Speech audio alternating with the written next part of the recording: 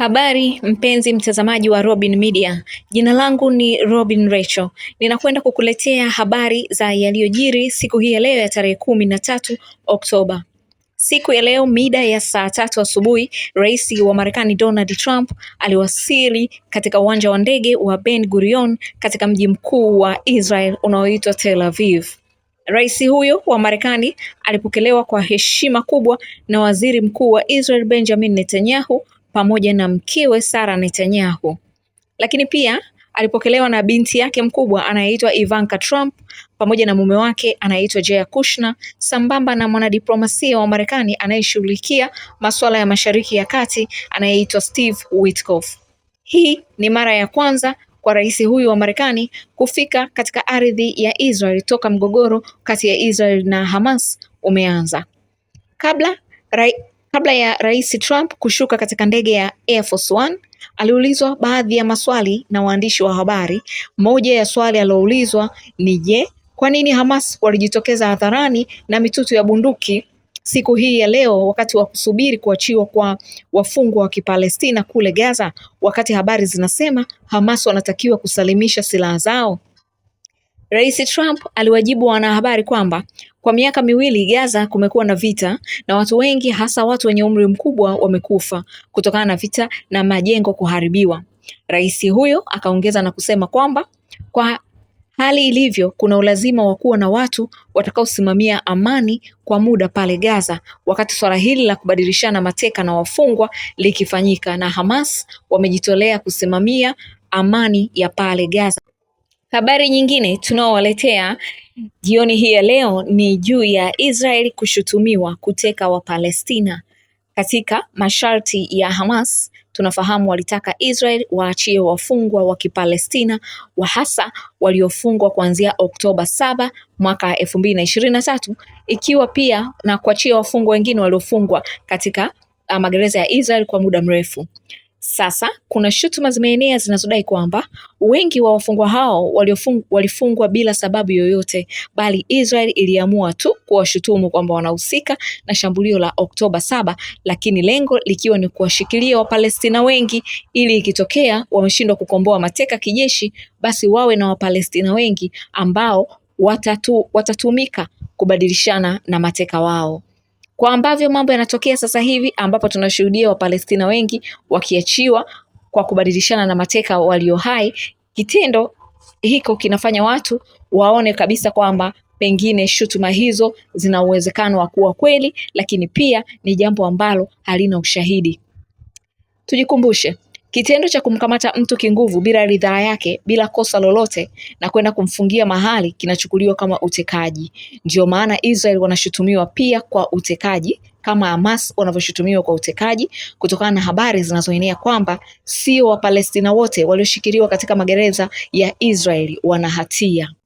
Habari nyingine ni juu ya Israel pamoja na Hamas kuachia mateka pamoja na wafungwa wa Kipalestina. Siku hii ya leo ya tarehe 13 Oktoba, Israel pamoja na Hamas wamefanikisha kuachia wafungwa pamoja na mateka, ambapo Hamas walianza kwa kuachia mateka wa Kiyahudi 20 walio hai, pamoja na Israel nao walifanya hivyo hivyo kwa kuachia wafungwa inasemekana karibu 2,000 wa Kipalestina. Wakati hayo yakiendelea, Wapalestina wamesikika wakilaumu tabia ya Israel kuwakataza Wapalestina ambao wanapokea ndugu zao waliofungwa katika magereza ya Israel kwa kusherehekea, huku wakati huo huo Waisraeli wakiruhusiwa kushangilia wakati wakipokea mateka ambao walikuwa wameachiwa na Hamas.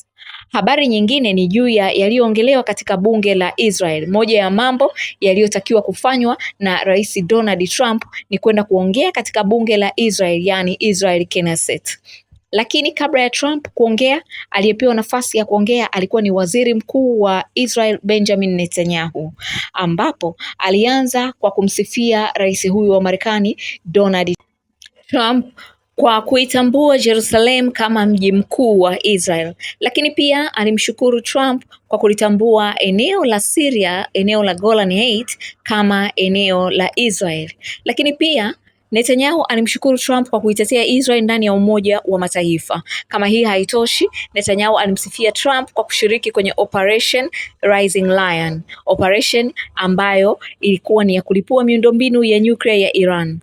Benjamin Netanyahu pia alimwaga sifa zaidi kwa kutamka kwamba rais huyu wa Marekani Donald Trump ndiye rais pekee wa Marekani aliyewahi kuisaidia Israel kuliko marais wote wa Marekani. Benjamin Netanyahu pia alimsifia Donald Trump kwa kuandaa proposal ya 20-point plan, proposal iliyosaidia kumaliza vita ya Gaza. Netanyahu alisifia kwamba proposal hii imehakikisha Israel wamekamilisha ajenda zake zote pale Gaza. Benjamin Netanyahu pia aliongelea swala la vifo vya wanajeshi wao, ambapo alisema kwamba japo wametimiza malengo yao pale Gaza, lakini wanajeshi wao wengi mashujaa waliuliwa na Hamas. Baada ya hapo, Benjamin Netanyahu aliendelea kumwaga sifa hadi kwa mtoto wa Donald Trump ambaye anaitwa Ivanka Trump, akiwa na mumewe ambaye anaitwa Jared Kushner. Aliwasifia kwa kufanya mambo mengi yaliyosaidia kumaliza vita hiyo ya Gaza. Netanyahu pia alizidi kumwagia sifa rais wa Marekani na kusema ndiye rais pekee wa Marekani aliyewahi kumshuhudia duniani ambaye aliweza kufanya mambo haraka. Benjamin Netanyahu pia hakusita kuelezea matumaini yake kwa Trump ya kukamilisha mkataba wa Abraham Accords, mkataba ambao unawaunganisha Israel na nchi za Kiislamu, hasa madhehebu ya Sunni dhidi ya Shia Iran. Netanyahu alisifia muunganiko wao na mataifa hayo ya Waislamu na kutamka kwamba wao na Wayahudi wote ni watoto wa Abraham. Baada ya hapo, rais wa Marekani Donald Trump naye alipata muda wa kuzungumza na bunge hilo la Israel, ambapo alimsifia sana kiongozi wa Israel kwa kazi nzuri ambayo amekuwa akiifanya. Lakini pia Trump alimwagia sifa watendaji wake, akiwemo mwanadiplomasia wake aliyesimamia mgogoro huu wa Gaza anaitwa Steve Witkoff. Donald Trump alimfananisha mwanadiplomasia huyo na mwanadiplomasia wa zamani wa Marekani aliyejipatia sifa nyingi duniani aliyekuwa akiitwa Henry Kissinger. Lakini Trump alielezea mwanadiplomasia wake yeye ni bora zaidi kuliko mwanadiplomasia wao wa Marekani wa zamani Henry Kissinger, kwa sababu Steve Witkoff yeye havujishi siri. Trump hakusita pia kumsifia binti yake Ivanka Trump kwa kuelezea kwamba binti huyo anaipenda sana Israel mpaka amebadili dini kutoka kuwa katika dini ya Kikristo na kuingia na kufuata dini ya Kiyahudi inayoitwa Judaism. Mambo ambayo Trump alisisitiza ni juu ya uharakishwaji wa kumalizwa kwa mchakato wa kusainiwa kwa mkataba wa Abraham Accords, mkataba ambao unaunganisha mataifa ya Kiislamu pamoja na Israeli. Trump pia alizishauri nchi hizo zinazotarajiwa kuungana na kushirikiana na Israel kupitia mkataba huo kwamba ni vizuri sasa wakajikita katika mashindano ya mambo ya maendeleo kama madawa na teknolojia, hasa sasa hivi teknolojia ya AI jinsi inavyoshika kasi duniani. Lakini pia alisisitiza badala ya kushindana kutengeneza au kumiliki silaha kali duniani, ni heri wakashindana katika mambo yenye msingi kama mambo ya maendeleo. Baada ya hapo, Trump alijisifu yeye na serikali yake kwa kuweza kukutanisha viongozi matajiri kutoka katika mataifa matajiri ya pale Mashariki ya Kati. Lakini pia aliongeza kwa kusema kuwa haijawahi kutokea viongozi hao matajiri kiasi hiko kukaa sehemu moja, lakini serikali ya Trump imeweza kuwa. Na sasa tunafika mwisho wa habari zetu za leo kutoka hapa Robin Media.